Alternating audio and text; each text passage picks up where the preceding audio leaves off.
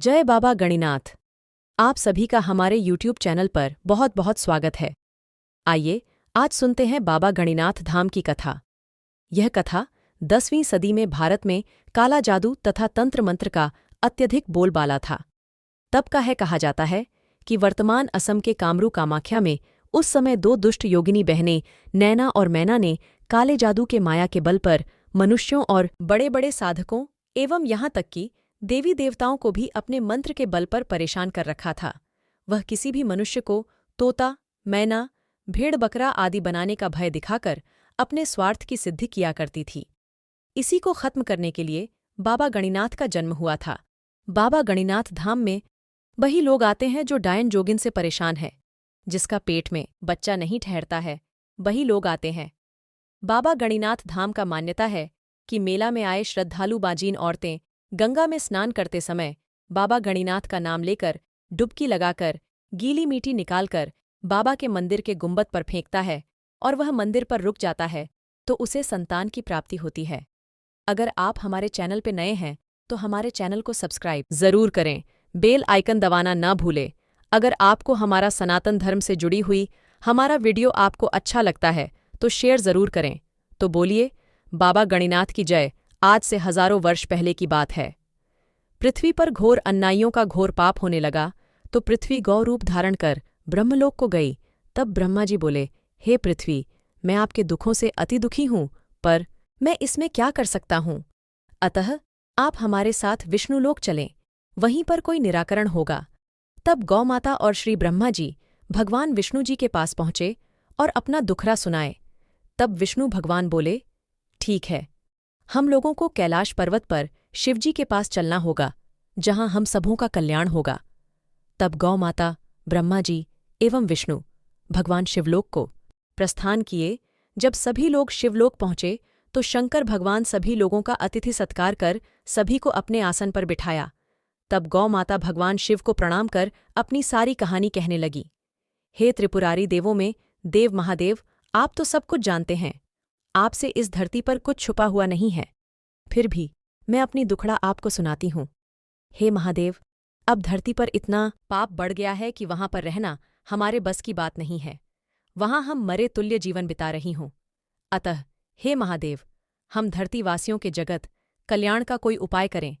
सब सुनने के बाद शिवजी बोले, हे जग जननी, जगत का पालन करने वाली गौमाता, आपको इतनी निराश होने की कोई आवश्यकता नहीं। एक समय आएगा जब हम पृथ्वीलोक के कल्याण के लिए मैं स्वयं मृतभुवन में आऊंगा और समस्त प्राणी का कल्याण करूंगा। यह सुन ब्रह्मा, विष्णु, महेश एवं गौ माता का वहां से प्रस्थान कर गए। अब भगवान भोलेनाथ अपने मन में विचार किए और माँ पार्वती से उनके मन की बात बताने को कहा। तब जगत जननी आदिशक्ति माँ भवानी तो सब कुछ जानती थी, फिर भी शिवजी से पूछे, हे नाथ, आज कोई विशेष बात है क्या जो आप बहुत चिंतित दिख रहे हैं? तब माता पार्वती की बात सुन भोलेनाथ बोले, नहीं, कोई खास बात नहीं।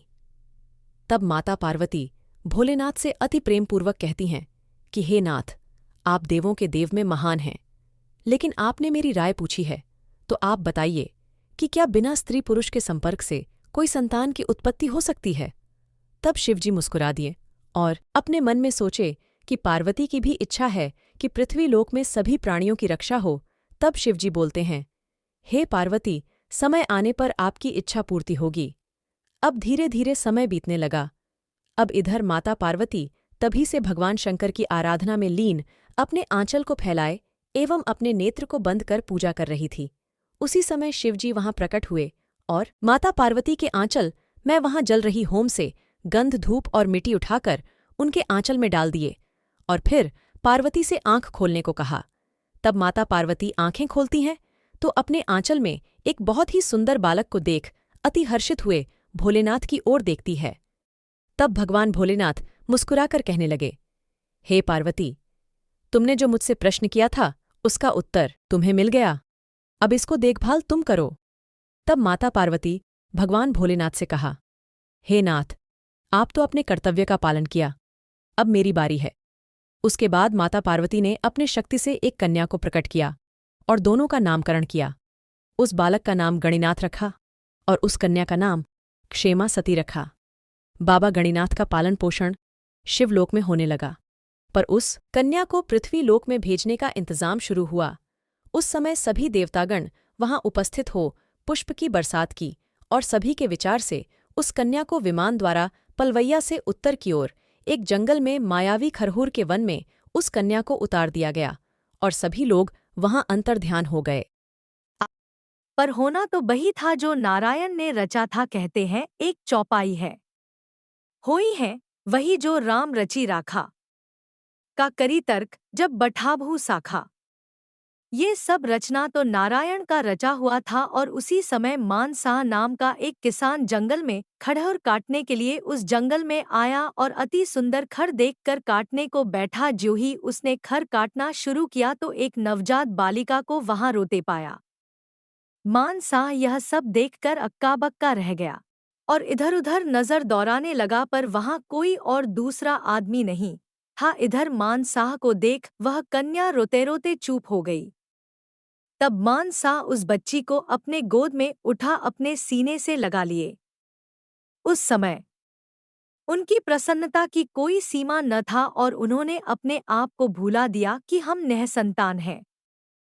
क्योंकि मानसाह को कोई संतान नहीं था, सो उस बच्ची का स्पर्श उन्हें स्नेह रोमांचित कर दिया और कुछ सोच उस बच्ची को अपने गमछे से झट छिपा लिए ताकि कोई उस बच्ची को हमसे जुदा न कर सके।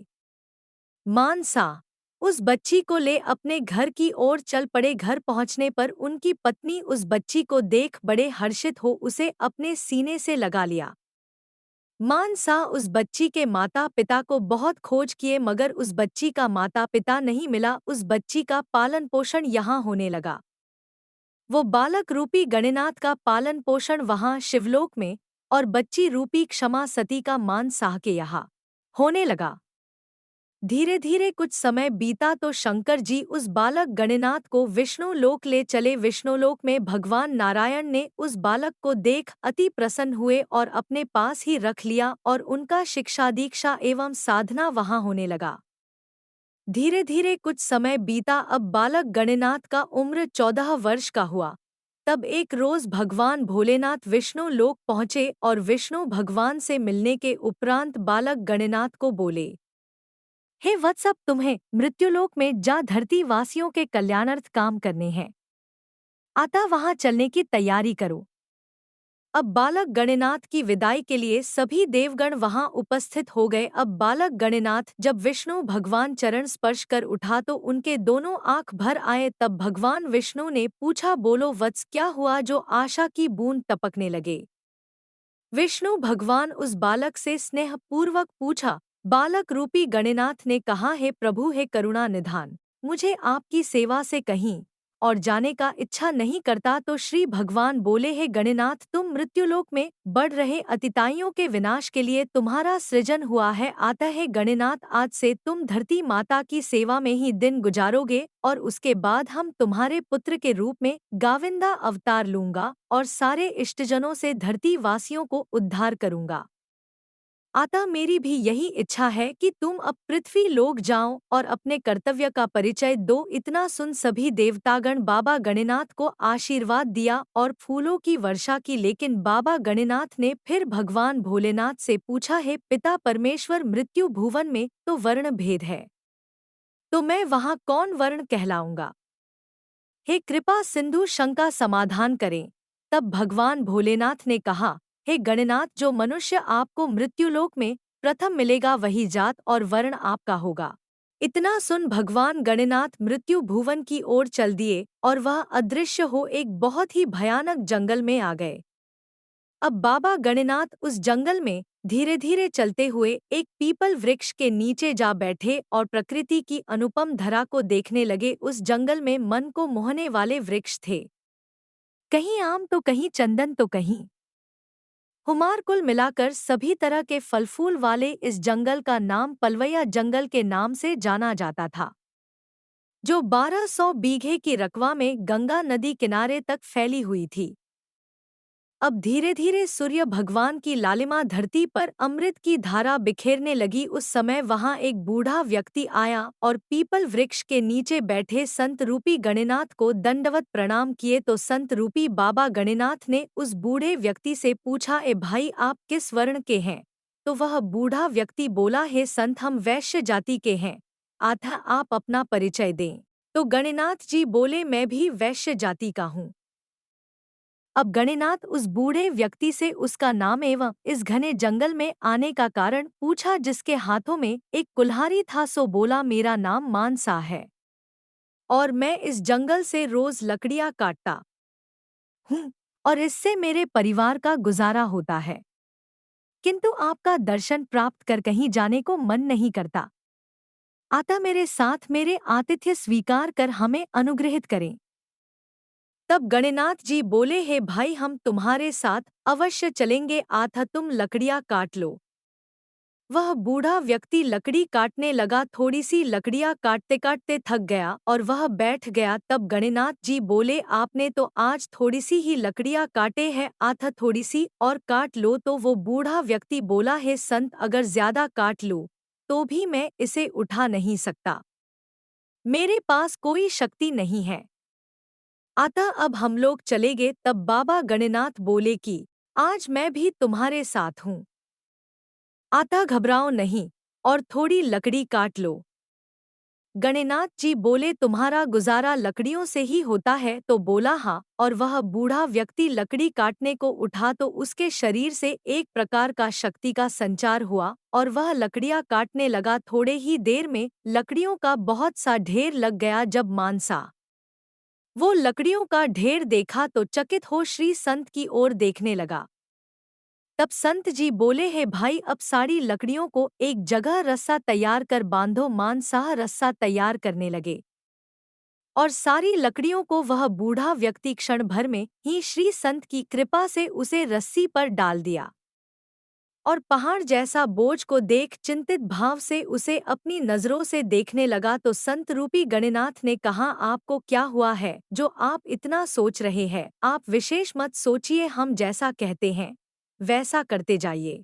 संत के आदेश से उस बूढ़ा व्यक्ति रस्से को इधर और उधर फेंक दिया और बोझा बंध गया। तब गणिनाथ जी अपनी चिमटा ले बोझा उठाने लगे और उसके नजदीक पहुंच मानसाह से बोले, चलो भाई उठाओ। तो वह बूढ़ा व्यक्ति घबरा कर एकदम पीछे हट कुछ सोचने लगा कि कहीं कोई पागल संत तो नहीं है जो इतना बड़ा बोझा हम बूढ़ा और निर्बल को उठाने को बोल रहा है। तो संत रूपी गणिनाथ मुस्कुराते हुए बड़े ही प्रेम से बोले, हे भाई, आप बिल्कुल मत सोचो, मैं तुम्हारे साथ हूँ। ऐसा कह अपने चिमटे के सहारे से उस बोझ को उसके माथे पर डाल दिए।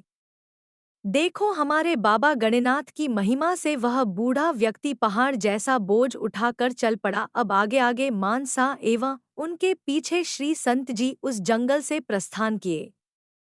अब धीरे धीरे जंगल का रास्ता समाप्त हुआ और वह ग्राम के रास्ते में जा मिला। गांव से थोड़ी दूर से ही ग्राम का नजारा संत जी देखने लगे। वहां गांव में लोग उस बोझे को देख घबराकर इधर उधर भाग दौड़ करने लगे। आपस में वे लोग बात करते भाग रहे थे कि कोई राक्षस दैत्य हमारे ग्राम में पहाड़ पटकने आ रहा है। तब संत रूपी गणिनाथ जी बोले, मानसाह, तुम्हारे ग्राम के लोग तुम्हारे बोझ को देख अति घबराए हुए भाग दौड़ कर रहे हैं।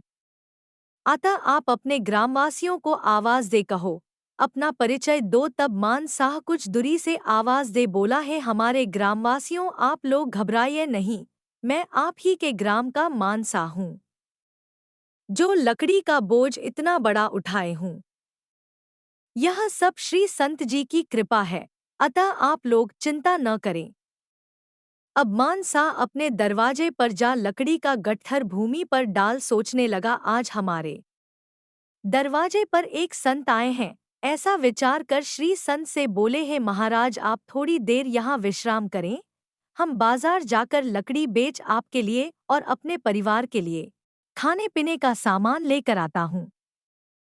तब गणिनाथ जी बोले, हे मानसा, आप हमारे पास बैठो। मानसाह बाबा के नजदीक बैठ गए। तब श्री संत शिरोमणि बाबा गणिनाथ मानसाह से पूछते हैं, ए भाई, आप हमारे प्रश्न का उत्तर दो। इतना कह उस बूढ़े व्यक्ति से पूछे, आप अपने ग्रामवासियों को कोई भोज का निमंत्रण कराए हो या नहीं? बूढ़ा व्यक्ति बोला है, संत, हम गरीब आदमी आज तक अपने ग्रामवासियों को नहीं खिलाया, उन लोगों के यहाँ हम अवश्य खाए हैं। तब गणेनाथ जी बोले हैं, मान साह, तब तो हम तुम्हारे यहाँ भोजन नहीं कर सकते। जब तक तुम अपने ग्रामवासियों को भोजन नहीं कराओगे तब तक हम तुम्हारे दरवाजे पर भोजन नहीं करेंगे। तब मान साह सोचने लगा, हे प्रभु, आपकी माया भी क्या क्या नहीं कराती। जो व्यक्ति को स्वयं अपने खाने के लिए दाना नहीं हो, वो व्यक्ति दूसरे को कहाँ से और कैसे खिलाएगा। आज हमारे दरवाजे पर एक संत भी आए तो वे भूखा चले गए, तो यह जीवन व्यर्थ होगा। ऐसा प्रश्न हमारे साथ क्यों? हे संत महाराज, जो हम पूरा नहीं कर सकते हैं। हे प्रभु, मैं क्या करूं? तब गणेनाथ जी उसे चिंतित देख अति स्नेह पूर्वक बोले, हे भाई, आप चिंता मत करो और हम जैसा कहते जाएं वैसा करते जाओ, ज्यादा कुछ मत सोचो। अतः हे मान सा, हमारी बात ध्यान से सुनो। तुम अपने ग्रामवासियों को जाकर निमंत्रण दो और कहो कि हमारे दरवाजे पर एक संत महाराज आए हैं, सो भंडारा होने वाला है। अतः आप सभी लोगों को हमारे यहाँ भोजन में निमंत्रण है। तब मान साह बाबा की बात मान वो सारे ग्रामवासियों को नेवता देने लगा। अब सभी ग्रामवासी उस बूढ़े व्यक्ति को चकित भाव से देखने लगे। कुछ लोग तो मान साह को उल्टा पुल्टा भी कहा कि खुद खाने को एक दाने नहीं चले हैं, सारे गांव के खिलाने, कहीं यह बूढ़ा पागल तो नहीं हो गया। मगर कुछ वृद्ध लोग उसकी बातों को ध्यान से सुना और उद्दंड व्यक्तियों को समझाया, तुम लोग इस गरीब आदमी को भला बुरा कहने के बजाय इसके दरवाजे पर चलकर देखो तो सही कि क्या बात है। अगर खिलाएगा तो भी और नहीं खिलाएगा तो भी कम से कम संत दर्शन तो होगा ही। ऐसा विचार कर उन लोगों ने उसके निमंत्रण को स्वीकार कर लिया। अब ग्रामवासियों को निमंत्रण कर मान साह बाबा गणेनाथ के नजदीक चले आए। तब गणेनाथ जी मान साह से बोले हैं, मान साह, अब आप कुम्हार के पास जाओ और एक हाड़ी और एक ढक्कन मांग लो। ग्वाले भाई से उसमें थोड़ा सा दूध मांग लेना और बोलना, हमारे दरवाजे पर एक संत आए हैं, इसलिए भंडारा होगा। जितना दूध वो दे लेकर जल्दी आओ। अब मान साह श्री संत कृपा से उनका आदेश पर कुम्हार के पास चले। कुम्हार के दरवाजे पर जाकर उससे बोले, हे भाई, मुझे बर्तन दो, हमारे दरवाजे पर एक संत आए हैं, सो भंडार होगा। पर कुम्हार के पास बर्तन था मगर वह देने से इनकार कर दिया। तब मान साह मन में विचार कर ग्वाले भाई के पास गया और उससे बोला, हे भाई, हमारे दरवाजे पर एक संत आए हैं, सो भंडारा होगा, आता हमें थोड़ा सा दूध दो। ग्वाला के पास कुछ दूध दूहा था और कुछ गाय दूहने के लिए बचा था, मगर उसने मान साह से झूठ बोल गया। उसने कहा, हमको आज गाय दूध दुहने ही नहीं देती, हम दूध कहाँ से दें। अब मान साह दुहखी हो ग्वाले और कुम्हार के दरवाजे से अपने घर लौट गया। जब मान साह को खाली हाथ लौटा देख बाबा गणिनाथ जी अपने नजदीक बैठने को कहा। अब उधर कुम्हार का सब पका हुआ बर्तन कच्चा हो गया और ग्वाले भाई का सारा दूध फट गया। जो गायें नहीं दुहाई थी सो अब दूहने ही नहीं देती। अब ग्वाले भाई और कुम्हार दोनों दौड़ा मान साह के दरवाजे पर आया। जब संत महाराज पर उसका नजर गया तो वे दोनों श्री संत के चरणों से लगे अपने किए का क्षमा मांगने लगा। तब गणेनाथ जी उन दोनों को क्षमा कर आदेश किए, जाओ और अपने अपने घरों से सामान लेकर जल्दी से जाओ। कुम्हार एवं ग्वाले भाई दौड़े चले अपने घर की ओर। जब घर में कुम्हार प्रवेश किया तो बाबा की चमत्कार देख बड़े ही हर्षित हो एक सुंदर बर्तन ले मान साह के दरवाजे पर पहुंचा। अब मान साह के दरवाजे पर धीरे धीरे लोगों का भीड़ बढ़ गया। तब तक ग्वाले भाई दूध लेकर नहीं लौटा था। तभी उस भीड़ से एक नौजवान जो गाय चराने वाले था सो एक कुमारी बछिया की ओर इशारा कर गणेनाथ जी से बोला, अभी दूध आने में देर है, इस बछिया को दूह लीजिए। उसकी बातों को सुन सभी लोग हंसने लगे। तब बाबा गणेनाथ जी एक नज़र उस बच्चे को देख मुस्कुरा दिए और बोले, बालक, तुम्हारी इच्छा है कि कुंवारी बछिया दूध दे तो अवश्य वो दूध देगी। इतना कह वे एक हाथ उठा बछिया की ओर संकेत किए, तत्क्षण बछिया वहां दौड़ी चली आई। तब गणनाथ जी मान साह से बोले, सवा हाथ धरती गंगा जल से निपने को कहा। मान साह वो जगह नीप कुम्हार का दिया बर्तन उस जगह रख दिया। अब बछिया उस बर्तन के नजदीक आ खड़ी हो गई और उसके थन से दूध की धारा चल पड़ी और वो कामधेनु हो गई। अब गणनाथ की चमत्कार की चर्चा करते हुए लोग जय जयकार करने लगे और जो लड़का बछिया दुहने को बोला था वो संत महाराज के चरणों में गिर क्षमा मांगने लगा। उस बालक को क्षमा कर गणनाथ जी अग्नि प्रज्वलित कर बर्तन चढ़ा दिए और मान साह से बोले, हे भाई अपने घर में जा अपने कन्या से चावल और शक्कर मांग कर लाओ। ऐसा प्रश्न सुन मान साह मन ही मन सोच घबरा गया, क्योंकि उसके घर में एक दाना नहीं था और संत का आदेश था चावल और शक्कर लाने को।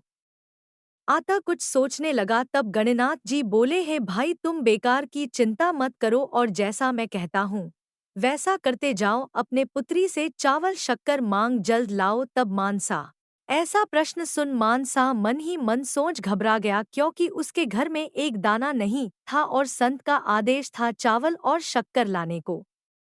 आता कुछ सोचने लगा, तब गणनाथ जी बोले, हे भाई तुम बेकार की चिंता मत करो और जैसा मैं कहता हूँ वैसा करते जाओ। अपने पुत्री से चावल शक्कर मांग जल्द लाओ। तब मानसा अपने पुत्री क्षेमा सती को आवाज दे कहता है, हे पुत्री अपने दरवाजे पर जो संत आए हैं उनकी आज्ञा है अपने घर से चावल और शक्कर लाने को। तब क्षेमा सती अपने घर में प्रवेश कर देखती है, सारा सामान घर के अंदर भरा पड़ा है। वो देख क्षमास्ती समझ जाती है कि हमारे नाथ का आगमन हो गया है। आता बड़े हर्षित हो एक बर्तन में थोड़ा चावल एवं शक्कर ले दरवाजे पर जा अपने पिता को दे देती है। अब संत रूपी गणनाथ जी उस चावल से 2.5 मुट्ठी चावल बर्तन में डाल देते हैं और बर्तन भंडारा बनना शुरू हो जाता है। अब धीरे धीरे सारे ग्राम के आमंत्रित लोग मान साह के दरवाजे पर इकट्ठा होने लगे। तब गणनाथ जी सभी ग्रामवासियों से पंक्तिबद्ध होकर बैठने को कहा। सभी लोग लाइन से बैठ गए तो गणनाथ जी मान साह को आज्ञा किए, जाओ सभी के सामने पत्तल डालो। फिर क्या था बाबा की महिमा जान, वह अपने घर में जा लोगों के सामने पत्तल डाल दिया। तब गणनाथ जी प्रसाद में तुलसी छोड़ आदेश किए, सभी लोगों को एक एक ढक्कन प्रसाद देते चले जाओ। मान सा वैसा ही करता गया। देखिए श्री बाबा की महिमा, सारे के सारे लोग प्रसाद खा चुके पर प्रसाद ज्यों की त्यों बचा रह गया। जो जितना खाने वाले थे एक ही ढक्कन में सबों का पेट भर गया और सभी लोग श्री बाबा का गुण गान करते हुए अपने अपने घरों को गए। सभी को प्रसाद देने के बाद मान साह पूरे परिवार के साथ बाबा भी भोजन किए और बाकी का बचा प्रसाद माँ धरती को सुपुर्द कर दिया गया। कहा जाता है आज वही प्रसाद को हम लोग अड़ैया महाप्रसाद के नाम से जानते हैं, जो केवल गौ के दूध से बनता है। फिर बाबा गणनाथ जी का रात्रि विश्राम हुआ। अब मान साह एवं उनकी पत्नी दोनों ने रात्रि में विचार किया, क्यों न हम अपनी कन्या का विवाह इस महापुरुष से कर दें, क्योंकि हमारे क्षेमा सती के लिए इससे अच्छा लड़का और कहाँ मिलेगा। ऐसा विचार कर पति पत्नी सुबह सुबह श्री संत के नजदीक जाकर प्रार्थना कर कहने लगे, हे संत महाराज, कोई संत महात्मा किसी के दरवाजे पर जाते हैं तो यथाशक्ति लोग अपने क्षमता के अनुसार कुछ दान करते हैं। अतः मैं भी आपको कुछ दान करना चाहता हूँ। तो गणनाथ जी बोले, हे मान सा, हम आप लोगों की सेवा से अति प्रसन्न हूँ। फिर तुम एक गरीब व्यक्ति भला क्या दान करोगे। तो मान सा अपनी पुत्री क्षेमा सती को सामने ला बोले, हे महाराज, मैं इस कन्या को जंगल में पाया था, जिसे बड़े ही स्नेह से अपनी संतान की तरह पाला हूँ। आता उससे विवाह कर इसे स्वीकार करें एवं हम गरीब का उद्धार करें। तब गणनाथ जी बोले, हे मान साह, मैं तो एक संत हूँ और संत को विवाह के मोह में नहीं पड़ना चाहिए। आता आप लोग ऐसा विचार त्याग दें।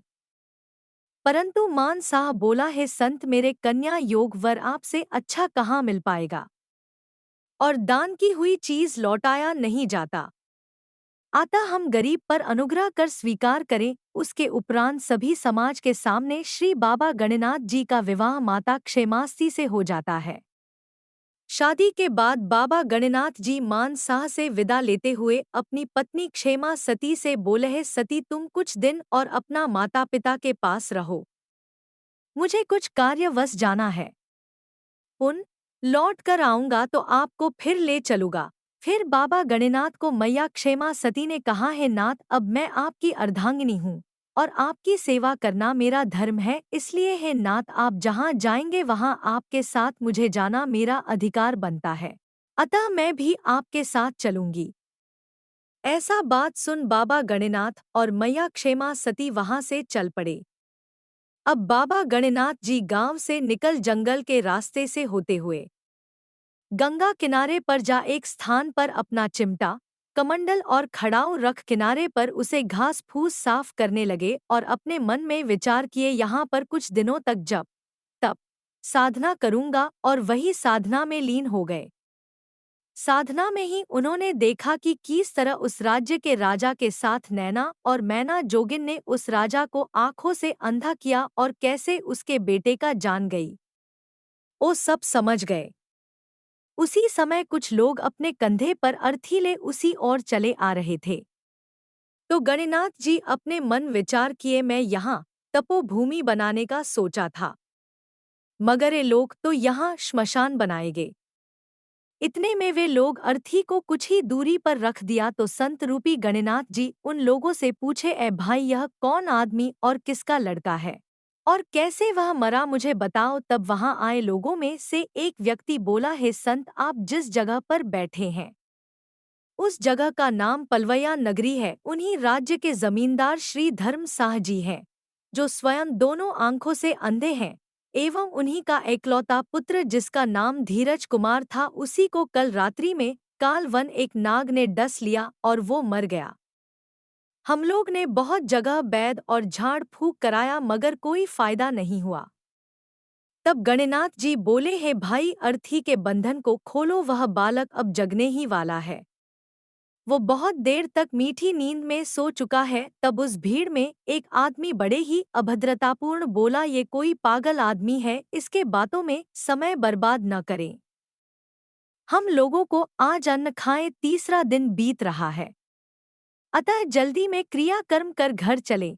उसी भीड़ से एक वृद्ध व्यक्ति बोला, ए भाई, किसी संत के साथ ऐसा व्यवहार नहीं करना चाहिए। और कहा गया है, जो न करे लकीर वो करे फकीर। तो ऐसे भी अर्थी तो मुझे खोलना ही पड़ेगा, और खोलकर दिखा देंगे तो हमारा क्या जाएगा। इधर बाबा मन में विचार करने लगे, जिस राज्य का राजा अंधा हो और उसका एकलौता पुत्र मर जाएगा तो हम उस राज्य में कैसे रहेंगे। ऐसा सोच श्री बाबा जी ने अपने कमंडल से गंगा जल एवं झोले से भस्म ले उस बालक के ऊपर छिड़क दिए। तत्क्षण वह बालक उठ बैठा और श्री गणनाथ जी को दंडवत प्रणाम किया। सभी लोग जय जयकार करने लगे। तब बाबा गणनाथ जी उस बालक से बोले, जाओ वत्स, अपने घर जा, अपने माता पिता का दर्शन करो, कल्याण होगा। वह लड़का दौड़ते हुए अपने घर को दौड़ चला और अपने घर पहुंच अपने पिता को आवाज दी। उसके पिता ने अपने पुत्र की आवाज पहचान रोते रोते चुप हो गया। उसी समय वह धीरज नाम के लड़का अपने पिता के सीने से जा लगा। तब उसके पिता ने पूछा, तुम जीवित कैसे हो गए? तुम्हें तो सारे लोग नदी में प्रवाहित करने गए थे। तो वह लड़का बोला, अपने ही राज्य में एक महात्मा आए हैं, उन्हीं के कृपा से हमें जीवन मिला है। यह सुन धर्म सा अपने पुत्र को सीने से अलग करते हुए दोनों हाथों को जोड़ वही मस्तक नीचा कर प्रणाम कर ज्यों ही अपने सर को ऊपर उठाया, तत्क्षण आंखों की ज्योति लौट गई और वह देखने लगा। प्रथम बार उसने अपने पुत्र को देखा। अब धर्म सा अपने पूरे समाज के साथ बाबा के दर्शन को सारे लोग हर्षित हो उनके पास जा पहुँचे। गंगा किनारे पर जब बाबा के चरणों से लग श्रद्धा की आंसू बहाने लगे, तब श्री गणनाथ जी धर्म साह को सस्नेहपूर्ण आशीर्वाद दे बोले, है धर्म साह, आप यहाँ आ गए सो बहुत ही अच्छा हुआ, क्योंकि मैं तुम्हारे आज्ञा के बिना ही इस जगह पर अपना आसन लगा लिया था। मुझे थोड़ी सी जगह नदी किनारे पर चाहिए, जहाँ एक छोटा सा कुटी बना तपस्या और साधना कर सकूं। इस बात पर धर्म साह खुश हो बोला, हे प्रभु, आज से ए पलबैया राज्य आपका ही है। तो गणनाथ जी बोले, मुझे राज्य पाट से क्या लेना देना। मुझे तो केवल एक कुटी भर जगह चाहिए। पर धर्म सा नहीं माना और बोले जो हम लोग दान कर देते वह वापस नहीं लेते, अतः इसे स्वीकार करें। तो बाबा बोले सारे राज्य को दान कर तुम कहाँ रहोगे? तो धर्म साह बोला आपकी कृपा से मेरे दोनों नैन एवं मेरे पुत्र का जीवन दान मिला, मैं अपने भाई के राज्य में सुखी पूर्वक अपना जीवन बिता लूंगा। तब गणनाथ जी बोले आज से इस नगरी का नाम तुम्हारे नाम से ही शुरू होगा, इसलिए धर्म साह के नाम से ही धर्मपुर राज पलवैया इस जगह का नाम पड़ा जो आज भी इसी से विख्यात है। और उसी समय बाबा गणनाथ ने अपने मंत्रों से इस राज्य धर्मपुर राज पलवैया को सुरक्षा प्रदान की, जिसका रकबा 1250 बीघे की है, जो वर्तमान में गंगा के गर्भ में है। कहीं बालू है तो कहीं जंगल और कहीं कहीं खेती भी होती है, जो बाबा गणनाथ जी के वंशज पंडा पुजारियों के अधीनस्थ है। अब कुछ दिनों तक तपस्या कर अपनी पत्नी के साथ धर्मपुर राज पलवैया गंगा किनारे पर रहने लगे। अब धीरे धीरे बाबा की महिमा की चर्चा होने लगी। अब बाबा गणनाथ जी ग्राम वासियों को जंगली और बंजर भूमि को खेती योग्य बनाने का आदेश दिए और खुशी से रहने लगे। इसी बीच मैया क्षेमा सती ने गर्भ धारण किया। इससे आगे की कहानी आप सुनेंगे अपने अगले एपिसोड में। तब तक के लिए आप सभी भक्तों को जय बाबा गणनाथ। हर हर महादेव।